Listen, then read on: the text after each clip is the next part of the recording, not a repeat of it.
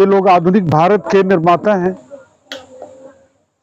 इसके साथ ही मैं मंच पर बैठे हुए विद्वद्गणों, सामने बैठे हुए भाइयों और बहनों और बच्चों, मैं कुछ अपनी बातें कहूँगा। अभी बहुत ही मैं सुन रहा था तो बहुत ही विचार उत्तेजक चर्चा हो रही थी, और जो बातें बाबा साहब भीमराव अंबेडकर जयंती के अवसर पर कही जानी चाहिए, उनके लगभग सारे पहलू उन बातों में आए हैं। अच्छा हुआ है कि चर्चा मार्च से लेकर और भगत सिंह तक आई है, और अवसर है बाबा साहब भीमराव जयंती मनाने का। आधुनिक भारत का, अगली शताब्दियों के भारत का जो भविष्य होगा और जो राजनीति होगी और जो भी भारत की दशा दिशा होगी, वह इन तीनों के रास्ते पे चलकर ही होगी, क्योंकि यही वह रास्ता है जो प्रगति और सद्भाव का रास्ता है।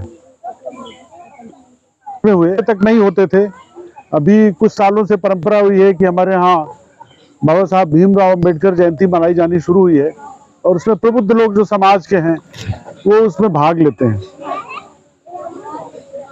इस बात का सबूत है कि जो अगला समय है वो बाबा साहब भीमराव के अंबेडकर के महत्व की स्थापना का समय है।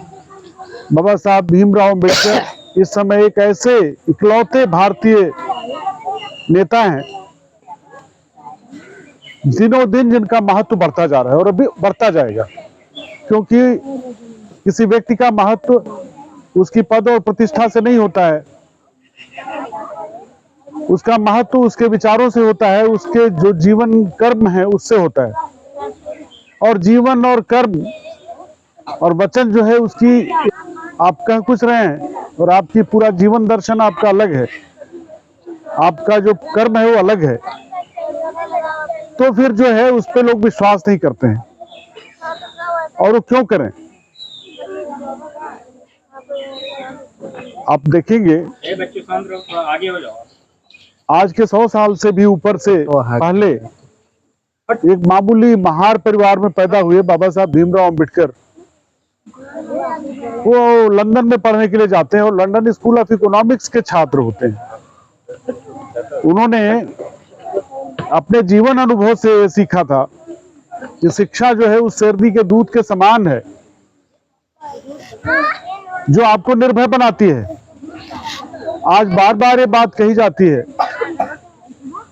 कि भाई मत बोलो, जैसे व्यक्ति की स्वतंत्रता पे रोक है, आप कहोगे तो कोई आपके ऊपर केस कर देगा, पुलिस में भेज देगा। लेकिन अगर न्याय की बात आप नहीं करेंगे, अगर बुद्धिजीवी जो है न्याय की बात नहीं करेगा, सत्य और असत्य की बात नहीं करेगा, तो फिर समाज को दिशा कौन दिखाएगा? आज बाबा साहब अंबेडकर के प्रियम्बल का अभी पाठ किया गया, हम लोगों ने शपथ ली संविधान के प्रति। बाबा साहब अंबेडकर की जो मूल स्थापनाएं हैं संविधान के प्रियम्बल में, वो स्वतंत्रता, समानता और बंधुत्व की हैं। आज इन तीनों मूल्यों पे सत्ता प्रतिष्ठान की तरफ से, मैं एक पार्टी की शासन की बात नहीं कर रहा हूं, किसी भी पार्टी का शासन हो, आप देखिए कि उस पर लगातार हमले हो रहे हैं। आज ये कर रहे हैं, इनकी जगह कोई और होता तो भी करते। इसलिए क्योंकि ये जो नई ग्लोबल इकोनॉमी बनी है, एक वैश्विक अर्थव्यवस्था जो बनी है, ये पूरी तरह से कारपोरेट पे डिपेंडेंट है। और ये जो अपने यहाँ जिस तरह के सत्ताधीश आज कुर्सी पे बैठे हुए हैं, ये उस ग्लोबल जो पूंजी है उसके ये बाई प्रोडक्ट है। इसलिए क्योंकि पूंजी जो है उपनिवेश बनाने के लिए, अब पूंजी को जाना नहीं पड़ता है किसी देश में सैनिक शासन के लिए। एक आवारा पूंजी है, अमेरिका में बैठा हुआ उद्योगपति भारत में निवेश कर सकता है,